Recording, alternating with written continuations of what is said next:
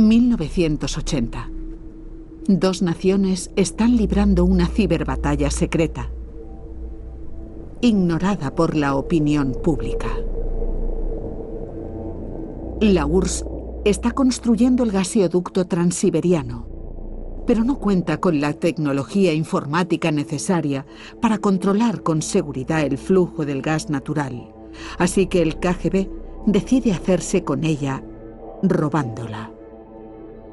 La CIA aprovecha encantada la oportunidad y, sirviéndose de un agente doble ruso, cuyo nombre clave es Farwell, es decir, adiós, proporciona a los soviéticos un software malintencionado, preparado para sabotear los sistemas de control del oleoducto.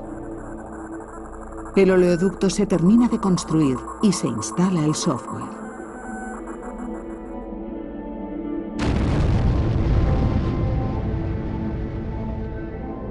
En abril de 1982, el Mando Norteamericano de Defensa Aeroespacial detecta una formidable explosión que sacude el paisaje siberiano. Es la mayor explosión de naturaleza no nuclear que se haya visto nunca desde el espacio. Una enorme sección del oleoducto queda destruida y se detiene el flujo de gas natural. La URSS pierde miles de millones de dólares en ingresos, así como el control de los mercados energéticos europeos. El gobierno norteamericano no hace ninguna declaración oficial.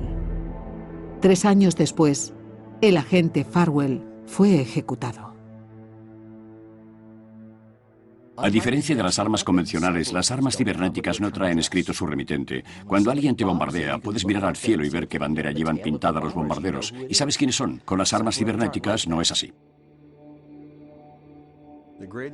El mayor obstáculo con el que nos encontramos es que la gente no cree que pueda ocurrir un ataque grave, y eso significa que esperarán hasta que se produzca.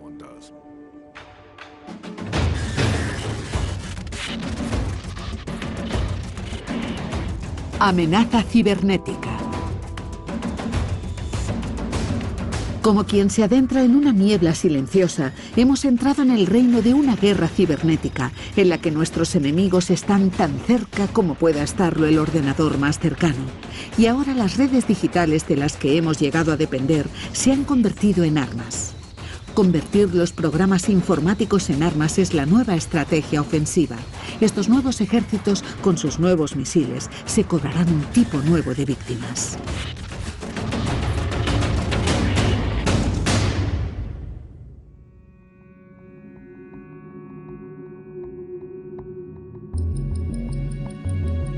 Si tuviésemos que elaborar una lista de los países más vulnerables a un ciberataque, Estonia, una pequeña nación báltica, probablemente ocuparía uno de los primeros puestos. Estonia fue el primer país en votar a través de Internet. El 97% de toda su actividad bancaria se realiza por Internet. De hecho, en este país se considera que el acceso de alta velocidad a Internet es un derecho humano básico. Desde el inicio de la revolución informática, nosotros intentamos hacer accesibles por Internet tantos servicios gubernamentales como pudimos. Y eso nos permitió tomar la delantera a países que uno consideraría bien establecidos y desarrollados, pero que resultan primitivos al compararlos con nuestra posición actual.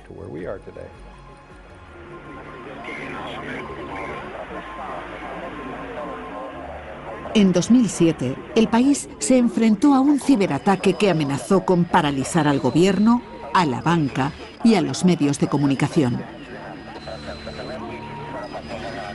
La extensión de aquel ataque no tenía precedentes, pero sus raíces estaban en la propia historia de Estonia.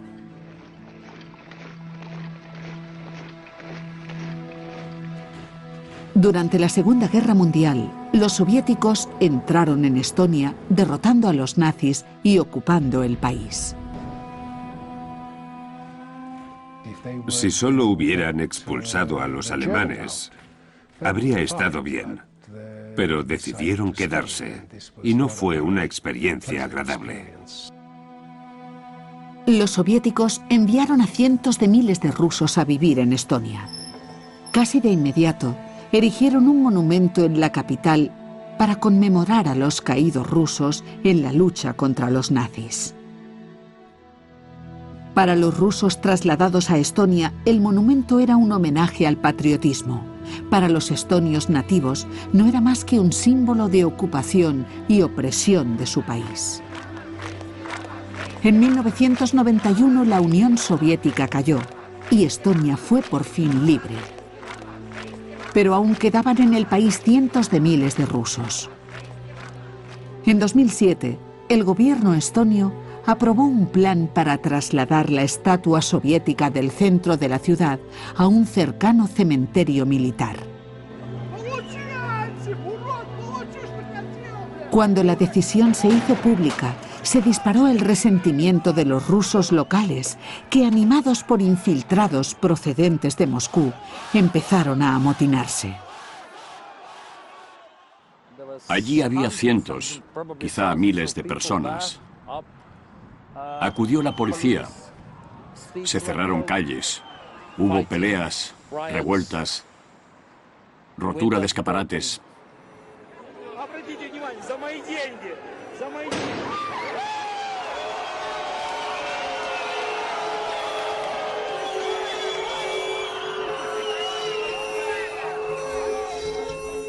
Cuando los estonios se despertaron en la mañana del 27 de abril, se encontraron con que el soldado de bronce ya no estaba allí.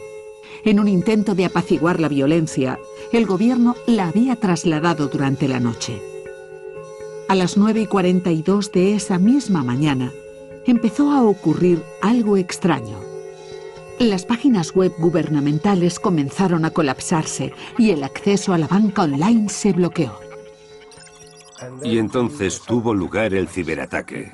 La gente buscaba noticias en Internet, pero las páginas de noticias se habían caído. Inmediatamente notabas que algo iba mal. Todo el mundo supo en cuestión de segundos que algo iba mal. Decían, ¿sabes algo? ¡Ay Dios! ¿Qué está pasando? Estonia estaba siendo víctima de un DDoS, o ataque distribuido de denegación de servicio. En algún lugar, una red de ordenadores furtivos estaban atacando a servidores de importancia crucial en Estonia, haciendo que fallasen al sobrecargarlos con una ingente cantidad de peticiones. El descontento callejero se había transformado en Internet en un ciberataque enormemente destructivo. Es algo que va mucho más allá de lo que supone el ataque convencional de un criminal. Los ciberataques proliferaron de forma exponencial en el transcurso de las siguientes 2 semanas. De los 1000 paquetes de información a la hora iniciales, se llegó a los 4 millones de paquetes de información por segundo el 9 de mayo. Se había logrado incomunicar a Estonia del resto del mundo. No salía ninguna noticia del país. La actividad bancaria quedó limitada y hubo serias deficiencias en los servicios públicos, y todo ello como consecuencia de la retirada de una estatua. Todo el mundo sabe que los rusos somos muy impetuosos. Si los estonios hacen daño a algo que nos es muy querido a los rusos, no nos quedamos de brazos cruzados. Por ejemplo, si alguien se mea sobre la tumba de mi madre, yo querré cortarle el cuello. Así es la cosa, ojo por ojo.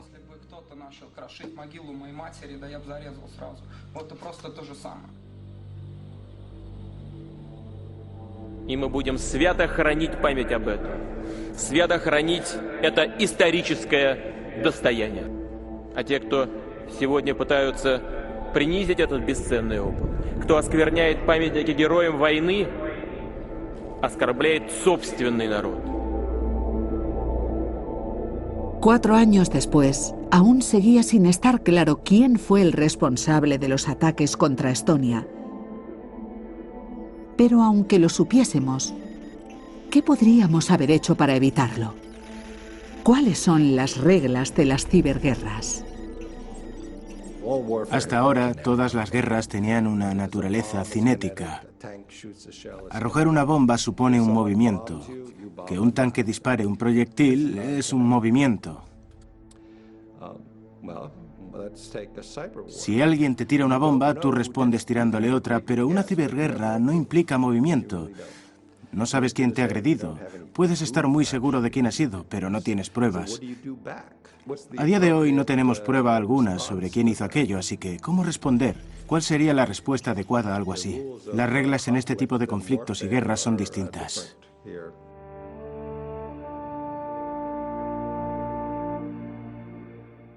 En este tipo de guerras no hay soldados, generales ni gobiernos. En cierto sentido, todos somos soldados en estas guerras, porque todos salimos perjudicados de inmediato.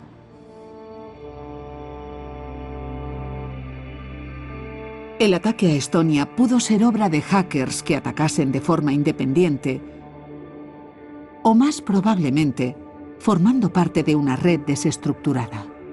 Puede que recibiesen el apoyo de un gobierno, o quizá no. Lo que sí está claro es que esta fue la primera vez que se utilizó Internet como arma para perturbar el funcionamiento de toda una nación.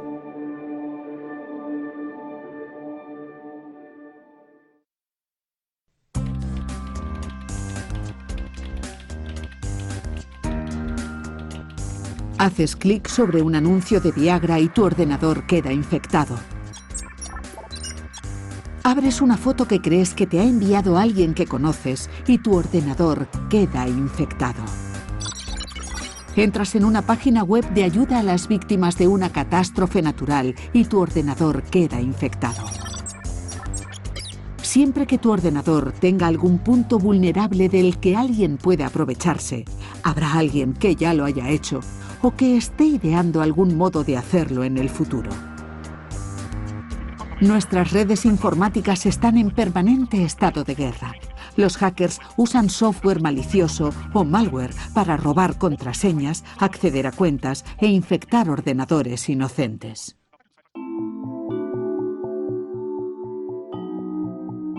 La línea de fuego de esta batalla se desarrolla en salas llenas de analistas que se mueven entre miles de líneas de código de programación, intentando proteger a los usuarios contra el correo basura o spam, los gusanos, los virus, los robots informáticos y las botnets. Ahora mismo recibimos unas 55.000 muestras de malware al día. Hace 6 años había unas 200 o 300 al día. En 2010 aumentó enormemente el número de spams malintencionados. Ahora son como el 6,4%. En los últimos años, la complejidad informática se ha incrementado muy significativamente. Hay claves raíz que se han convertido en claves de arranque habituales. La complejidad va en aumento. Uno de los más perniciosos ejemplos de malware capaz de infectar a millones de ordenadores en todo el mundo es la botnet o red de robots informáticos. Una botnet es como un ejército. Un bot o robot informático es solo un soldado. Un pequeño programa que puede instalarse en un ordenador víctima, forzándole a repetir una tarea una y otra vez. Pero esos bots son controlados por un pastor de bots o botmaster. Así que puedo dar a mi ejército de bots la orden de que envíen paquetes de información a una dirección en particular. Y eso se convierte en un ataque de denegación de servicio. Puedo ordenarles enviar correo basura a una dirección concreta, con lo que los puedo usar para hacer spam. Tenemos una pequeña granja de bots. Es un ordenador infectado en el que podemos monitorizar la actividad de algunos bots de spam. Y así podemos ver cuándo se activan esos bots. Un bot descarga de Internet otro programa y lo ejecuta. Puede hacer que tu equipo se sume a lo que se llama una botnet zombie, y así tu ordenador será empleado en actos delictivos. Y así se enviará spam a través de tu equipo, utilizándote para engañar a tus propios amigos. La herramienta empleada para el ataque a Estonia de 2007 fue una botnet. Se ordenó a los cientos de miles de ordenadores pirateados que se conectasen a las páginas web de bancos, medios de comunicación y servicios gubernamentales del país. Cuando los sitios web atacados se vieron desbordados por el ingente incremento del tráfico, sencillamente fallaron y cayeron.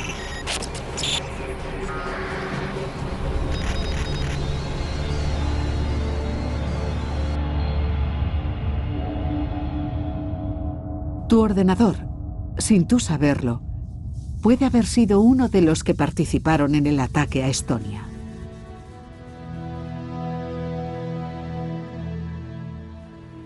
Creo que vivimos en unos tiempos en los cuales cada vez hay más individuos interconectados. Y si no están bien protegidos, esos individuos se convierten en blancos muy apetecibles para los hackers y demás delincuentes informáticos. Su intención puede ser solo convertir los ordenadores particulares de la gente en esclavos de un ejército robot. Es decir, de una botnet. O tal vez buscan encubrir acciones terroristas. Las posibilidades son innumerables. Para el particular, la situación no es muy distinta a la que se daba entre los colonos norteamericanos en el siglo XVIII, cuando cada cual tenía que procurarse su propia seguridad. El ciberespacio es como un nuevo territorio salvaje. Es una creación humana. Está en constante crecimiento, pero es un territorio salvaje. Tiene una enorme belleza, pero también encierra grandes peligros. Y si nos remontamos a la mentalidad de aquellos colonos, nos daremos cuenta de que el individuo será el principal responsable de su propia seguridad. Un ciudadano de Miami y 2 hackers informáticos sin identificar han sido acusados de haber robado los números de más de 130 millones de tarjetas de crédito y débito. Internet se ha convertido en vehículo de transmisión de programas malintencionados. Pero en cierto sentido, es una herramienta aún mejor para robar dinero. Se han dado casos en los que grupos criminales organizados han logrado robar miles de millones de dólares al año mediante el cibercrimen. Internet es un espacio fascinante. Hay sitios web en los que tienen que conocerte para que puedas entrar. Y una vez accedes a ellas, encuentras todo un mercado negro donde se venden herramientas asombrosas, programas que hace unos 15 años solo podría haberlos creado la Agencia de Seguridad Nacional de Estados Unidos. Entras en Google y supongamos que estoy interesado en la información de tarjetas de crédito, ¿vale? Y es tan simple como buscar. Lo primero que aparece en la lista es un sitio web que vende descargas de datos de tarjetas de crédito, las pistas 1 y 2 de información incluyendo el CVV o número de verificación. Así de fácil es. Hoy en día basta con que seas un ninja de Google y sepas hacer búsquedas con un buscador corriente y accederás a la información que buscas. No necesitas saber cómo crear un bot o enviar correos spam, basta con saber buscar en Google para conseguir información que te llevará al sitio web adecuado. Hay sitios web que enseñan a robar contraseñas. También hay sitios que hacen phishing, es decir, que te engañan para robarte tus datos de identidad. Los criminales tienen en el cibermundo tantas formas de forzarte a hacer lo que ellos quieran, como en el mundo real.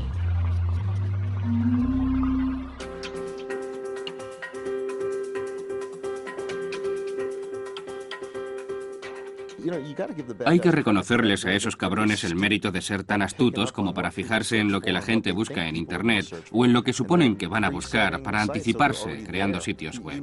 Casi al mismo tiempo que se produce un terremoto o un incendio, empiezan a registrar sitios web de phishing. Es como si lo hiciesen de forma automatizada.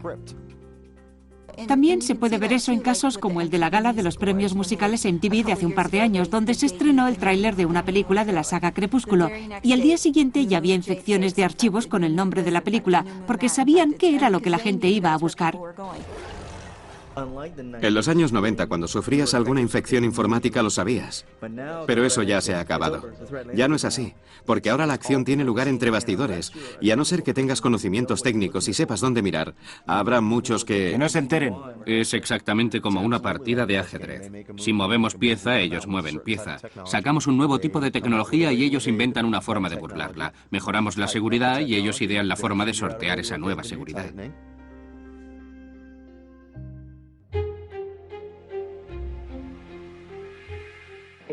Esto es un mapa de ARPANET, tal como ha sido recientemente configurada. Como ven, tiene unos 25 o 30 nodos.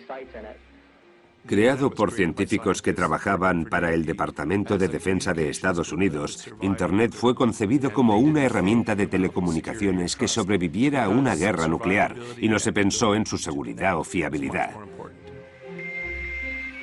Y como ocurre con la mayoría de las tecnologías creadas para su uso gubernamental, con el tiempo, Internet pasó a ser de uso público.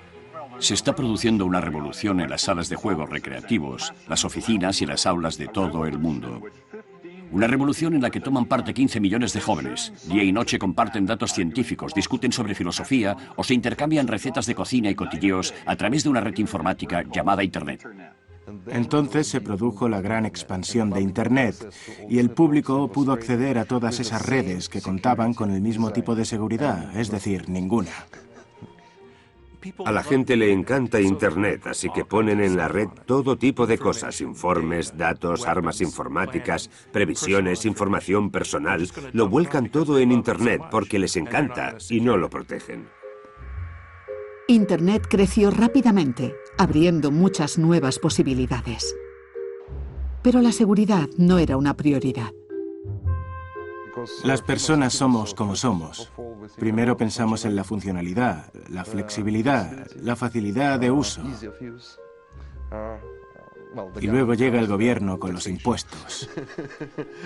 Y luego viene el tema de la seguridad. La seguridad es lo último en lo que se piensa. Son los cimientos mismos de nuestra sociedad, la trama que la mantiene unida, lo que nos da poder y prosperidad, pero también nos pone en peligro. Eso es nuestra conectividad en el ciberespacio. Y si no tomamos las medidas necesarias, aquellas que sabemos que podrían darnos seguridad, creo que se cierne sobre nosotros una posible catástrofe.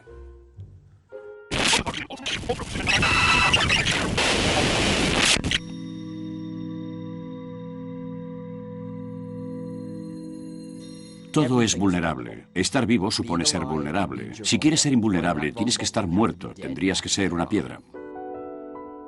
Bueno, ¿y qué? Así es el mundo real. Una de nuestras mayores vulnerabilidades podría estar ante nuestras propias narices. Vivimos en un mundo automatizado. Gran parte de todo aquello de lo que dependemos en nuestra vida cotidiana está controlado por sistemas de control industrial. Hay unos pequeños dispositivos llamados controladores lógicos programables, o por sus siglas en inglés PLCs, que están conectados a redes mayores, llamadas SCADA, siglas que corresponden a supervisión, control y adquisición de datos. Los PLCs y las redes SCADA controlan infinidad de cosas en las que tendemos a no pensar, salvo cuando dejan de funcionar. Detrás de cada ascensor hay un PLC. Detrás de cualquier sistema de climatización hay un PLC. Las plantas de tratamiento de aguas, gaseoductos, señales luminosas de tráfico, cadenas de montaje e incluso las redes eléctricas cuentan con dispositivos PLC y sistemas SCADA. Los sistemas SCADA encienden y apagan válvulas, abren y cierran cosas. Algunos de estos sistemas tienen décadas de antigüedad, funcionan automáticamente y hacen que nuestras infraestructuras funcionen.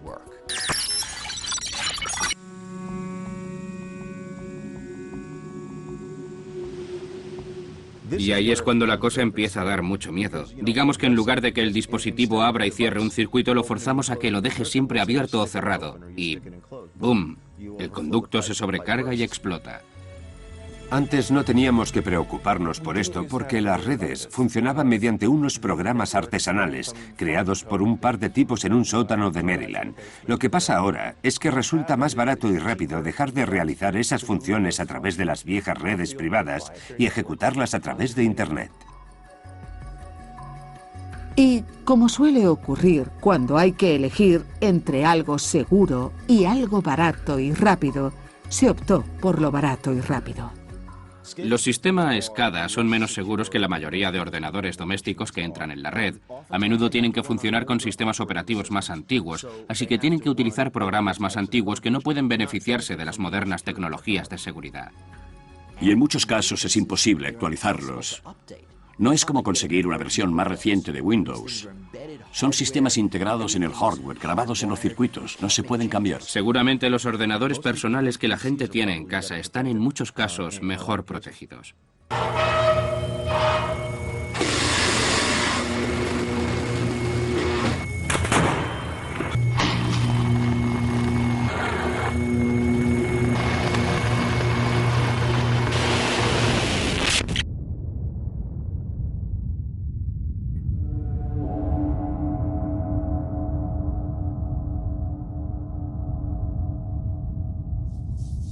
Nuestras redes eléctricas contienen PLCs y sistemas escala.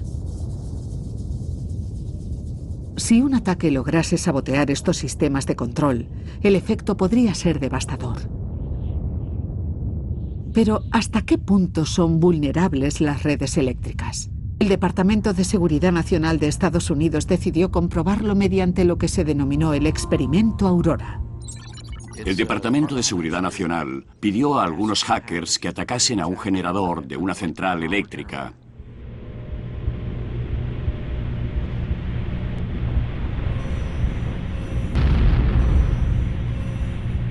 Usando solo un ordenador portátil y realizando unas pocas operaciones, hicieron que el generador se autodestruyera.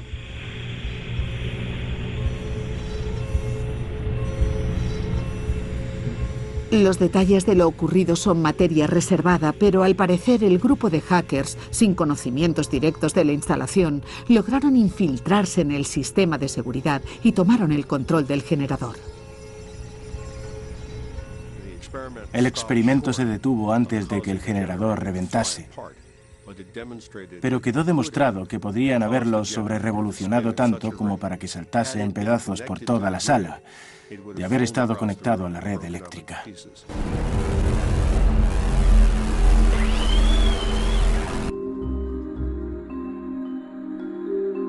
El experimento Aurora aumentó el nivel de alarma, al demostrar que en el mundo real las armas informáticas podían infiltrarse en infraestructuras vitales y destruirlas.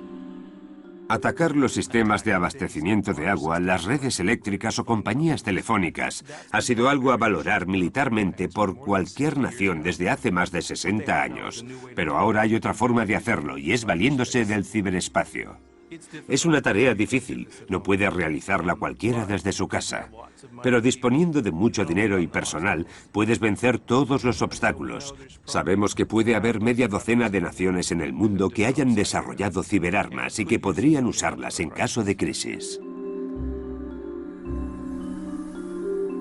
Casi todo aquello de lo que dependemos en nuestra vida diaria se ha convertido en algo vulnerable. La energía, los alimentos, el agua, la medicina. Todo eso es controlado por redes informáticas que, de ser atacadas, podrían fallar, dejándonos sumidos en el frío y la oscuridad, hambrientos y enfermos. Hemos llegado a un punto en que ese tipo de conflictos es posible. Pensemos en cómo se han desarrollado las guerras a lo largo de la historia. Los ejércitos avanzaban sobre el terreno durante semanas, meses o años. Luego, con los misiles balísticos se podía atacar de un continente a otro en 30 minutos. Y ahora se puede atacar en otro continente en 30 milisegundos. 30 milisegundos.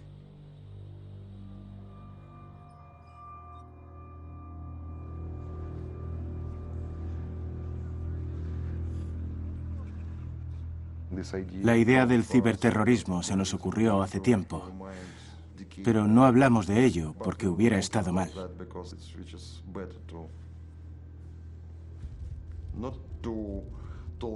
Era mejor no hablar de ello a los medios, porque no queríamos que los chicos malos o gente mucho peor tuvieran esa idea. Por eso me sorprendí tanto al ver la película La Jungla de Cristal 4.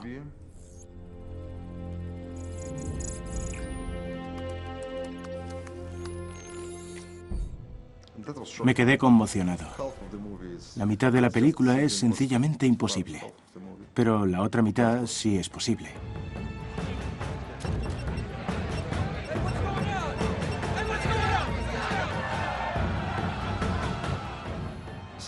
Estaba tomándome un whisky mientras veía la película y a los 10 o 15 minutos de empezar encendí un cigarrillo y empecé a decir todo lo que pensaba sobre Hollywood.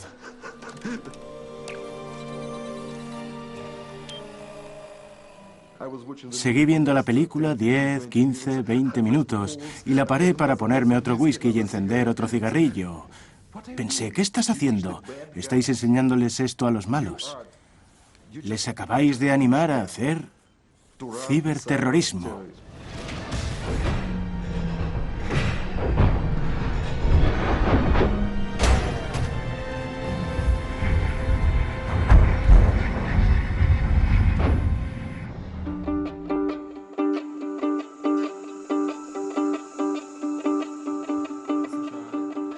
En el verano de 2010, analistas de investigación de todo el mundo supieron de la existencia de un nuevo tipo de programa malintencionado. Se le llamó Stuxnet. Se desconocía cuál era su objetivo y no estaba claro de dónde procedía. Pero al estudiarlo, los analistas se encontraron con un sofisticado laberinto de código de programación que tenía el potencial de provocar una gran destrucción. Yo estaba sentado aquí en mi despacho y entró uno de mis ingenieros y me dijo: Eugene, tenemos un problema muy gordo. Teníamos algo aquí porque yo nunca había visto este código y no teníamos ni idea de lo que significaba. Así que empecé a analizarlo. Y fijaos en lo enorme que es el archivo. Tendrá como medio megabyte. Es demasiado como para ser malware corriente. En unos días, los analistas descubrieron cómo lograba Stuxnet infiltrarse en un ordenador y hacerse con su control. El código utilizaba varios ataques de día cero, que es como se denomina a los ataques que se aprovechan de vulnerabilidades del sistema operativo anteriormente desconocidas. En el mercado negro del cibercrimen, una vulnerabilidad desconocida tiene un gran valor económico. De vez en cuando se produce algún ataque que utilice una o dos vulnerabilidades de día cero. Stuxnet utilizaba al menos 4. Estaba claro que su autor no se andaba con bromas. No entendíamos nada. Estábamos ante algo realmente gordo, algo muy serio, pero al mismo tiempo estábamos a salvo.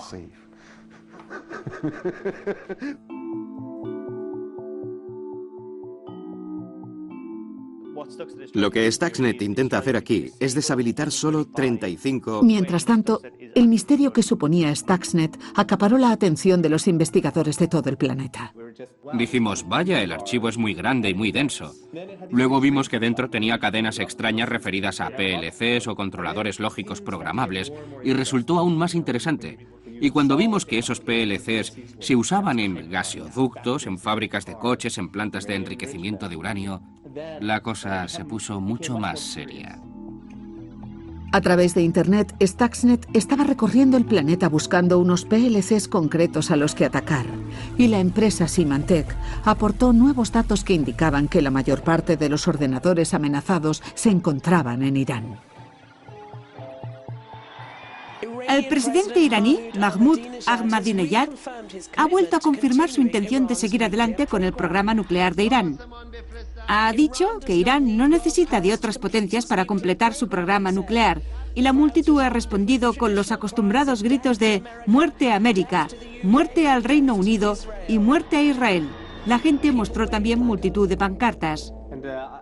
Empecé a ver muchas noticias sobre Irán en el plano geopolítico. En esa misma época, el Organismo Internacional de Energía Atómica se reunió para tratar el tema del programa nuclear iraní. Y todas las mañanas leía las últimas noticias sobre Irán. Iran has a right to peaceful nuclear power that meets the energy needs of its people. But the size and configuration of this facility is inconsistent with a peaceful program.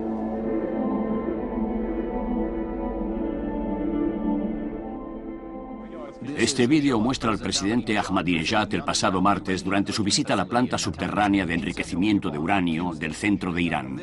Allí anunció que Irán ha empezado a instalar 6.000 nuevas centrifugadoras en la planta que se sumarán a las 3.000 que ya están produciendo uranio enriquecido.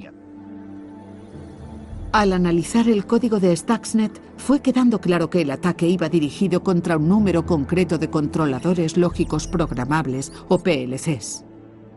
Un número que coincidía con el de las centrifugadoras de la planta de Natanz.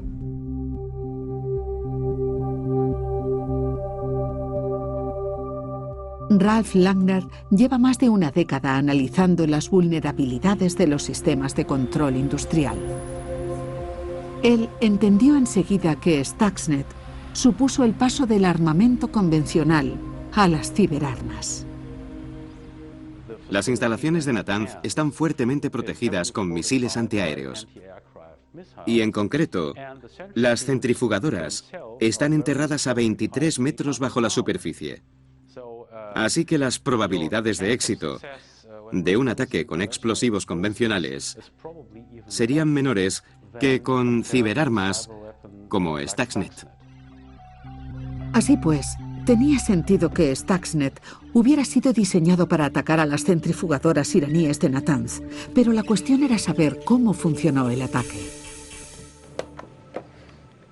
Aquí tengo el software EthStep de Symantec, que se usa para programar PLCS.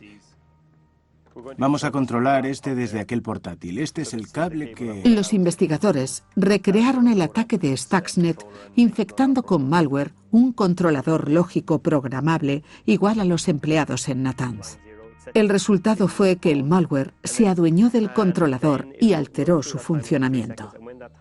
Desconectamos dejando la línea 0 y tenemos la bomba de aire conectada a esa línea 0.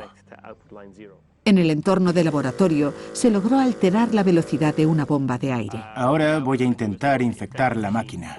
En Natanz, el programa alteró la velocidad de giro de las centrifugadoras de enriquecimiento de uranio.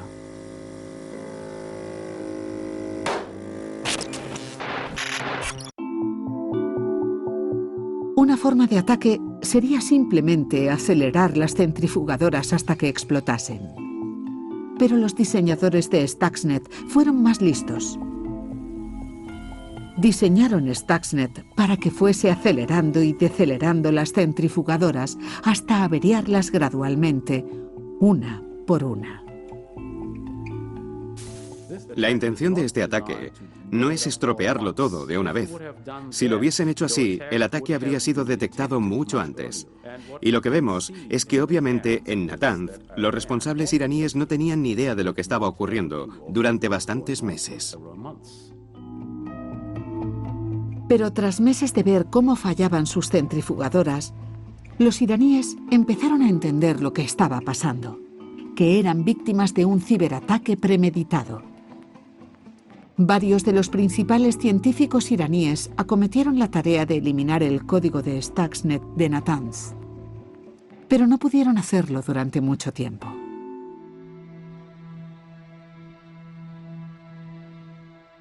Unos asaltantes montados en motos han puesto bombas en los coches de 2 científicos nucleares iraníes, matando a uno de ellos e hiriendo gravemente al otro. Un profesor universitario iraní ha sido asesinado y otro ha resultado herido en 2 ataques con bombas en la capital, Teherán. Al parecer, los 2 científicos estaban al mando de un equipo encargado de detener a Stuxnet. La televisión estatal culpó inmediatamente a Israel de los ataques. Al menos otros 2 científicos nucleares iraníes han sido asesinados en los últimos años, e Irán se enfrenta a lo que es parte de un intento encubierto de dañar su programa nuclear por parte de Occidente. Cuando supe del asesinato de ese experto nuclear iraní, no me sentí nada bien, desde luego. Langner fue uno de los primeros analistas que pensó que los únicos países que tenían los recursos y la motivación necesarios para crear Stuxnet eran Israel y Estados Unidos. Y temió que al haber hecho pública su investigación, había entrado sin querer en el campo de batalla informático y que podía convertirse también en un blanco a atacar. Pero también pensé que si alguien hubiera tenido motivos para matarme, o secuestrar a mis hijos, o lo que fuese, probablemente ya lo habría hecho. Tanto Estados Unidos como Israel negaron tener ninguna relación con Stuxnet. Y dado lo complejo que resultaría atribuírselo a nadie, es posible que el público nunca sepa con seguridad quién estuvo detrás del ataque. Ha hablado usted de la importancia de frenar a los iraníes. No quiero entrar en el tema de a quién atribuírselo, pero dado que en los últimos días la gente ha tenido noticia de cómo Stuxnet ha afectado a las centrifugadoras de Natanz, ¿ha resultado eso beneficioso? ¿Basta con un sí o un no? Me alegra saber que están teniendo problemas con sus centrifugadoras y creo que Estados Unidos y nuestros aliados estamos haciendo cuanto podemos para intentar complicarles las cosas.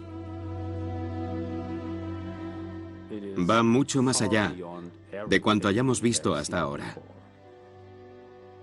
Y lo que no esperábamos era que Stuxnet surgiera así. No está basado en ninguna experiencia previa de la que se tenga noticia. Y también nos indica que estamos ante unos recursos de los que solo puede disponer una nación. Es algo que queda fuera del alcance de un hacker corriente o de una banda criminal.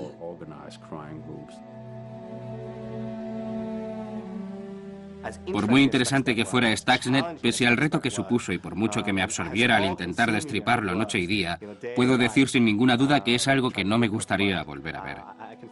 Ha habido guerras que han comenzado por un solo disparo, y no creo que queramos estar ante ese disparo solitario, ni ser quienes estén al comienzo de una guerra. No creo que queramos tomar parte en ese tipo de actividades.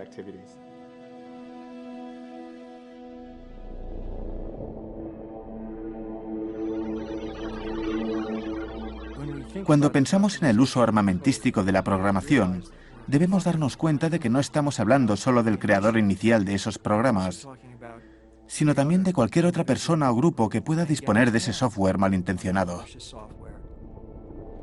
Pero la gente aprenderá de ello. Serán capaces de usarlo como ejemplo a estudiar para saber cómo encontrar vulnerabilidades, cómo escribir programas malintencionados, cómo hacer ataques furtivos y usar rootkits, y finalmente cómo obtener una respuesta física al comunicar con el PLC. Stuxnet nos adentra en una nueva era. Esta vez el ataque iba dirigido contra una planta de enriquecimiento de combustible nuclear en Natanz, pero ¿cuál será el próximo objetivo? ¿Una planta manufacturera en China? ¿El tráfico ferroviario en Europa? ¿Una industria farmacéutica en Canadá? ¿La distribución de alimentos en Sudamérica? ¿La red eléctrica de Estados Unidos o nuestro suministro local de agua?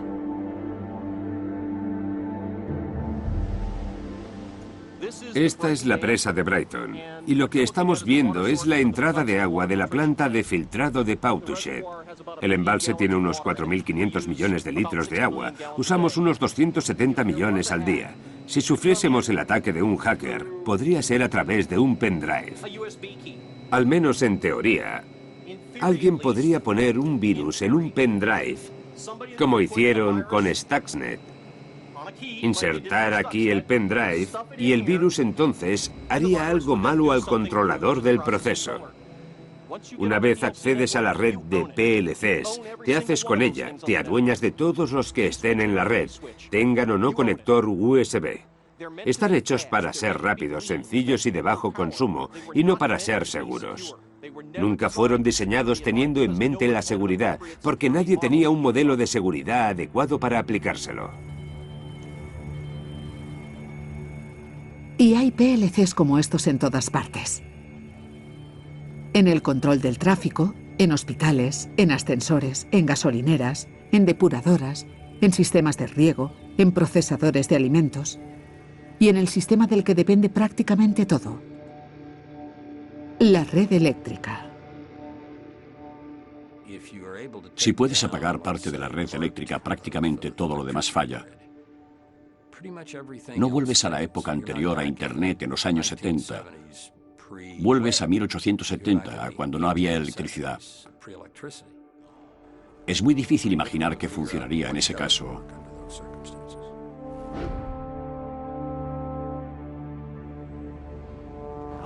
Lo diré sin rodeos. Sin electricidad se acabó lo que se daba. En 6 o 12 horas estaríamos evacuando las ciudades. No sería nada bonito.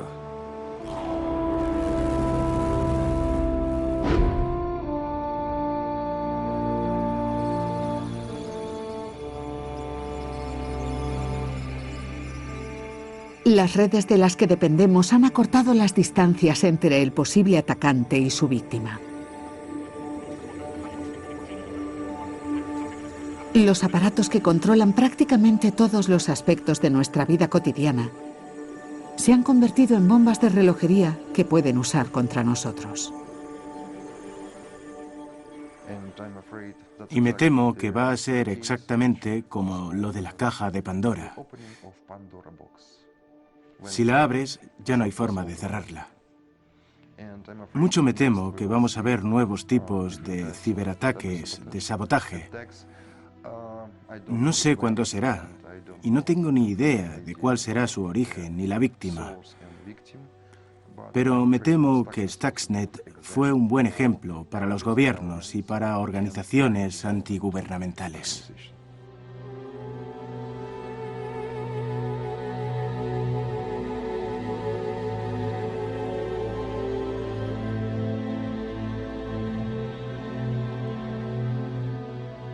En Estados Unidos es habitual que no hagamos nada hasta que nos hagan daño, y entonces reaccionamos en exceso, y tardamos unos cuantos años en volver a una postura más razonable. Así hace las cosas Estados Unidos, y probablemente así será con la seguridad informática. Habrá un gran ataque, reaccionaremos en exceso, y algunos años después despertaremos y adoptaremos un enfoque más pragmático. Creo que estamos al borde de una carrera ciberarmamentística. Vemos a muchos países armándose para una ciberguerra. Y creo que en estos primeros años de carrera ciberarmamentística debemos empezar a pensar en la ciberpaz, en firmar tratados, en encontrar modos de aplacar ese entusiasmo por las ciberarmas. Porque dado que cada vez son más sus agentes no estatales que disponen de estas capacidades, debemos contar con agentes estatales para contar con una mejor coordinación. Cuando antes podamos decir si un ataque es obra de un país rival, o de una organización criminal, o de algún grupo terrorista, o si tiene una motivación política, antes podremos movilizar nuestros recursos para combatirlo. Así pues, ¿qué aspecto tendrá el mundo después de Stuxnet? ¿Contarán las organizaciones criminales con nuevas ciberarmas basadas en Stuxnet?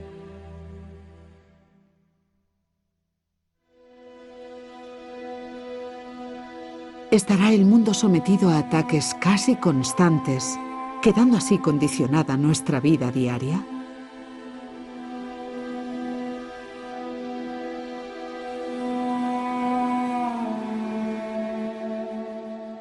Este ha sido realmente el ciberdisparo que se ha hecho oír en todo el mundo. Alguien decidió hacerlo, yendo en contra de toda prudencia. Y si nada lo remedia, nos vemos abocados a entrar en un periodo de constante agitación bélica.